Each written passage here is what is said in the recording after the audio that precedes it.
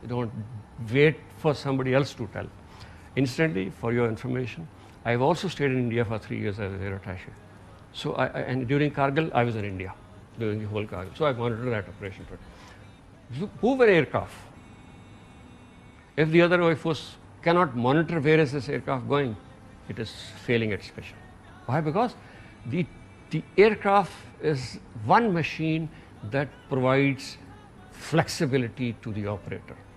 So if he's going in one direction, turns the direction to the other side, we got to know it.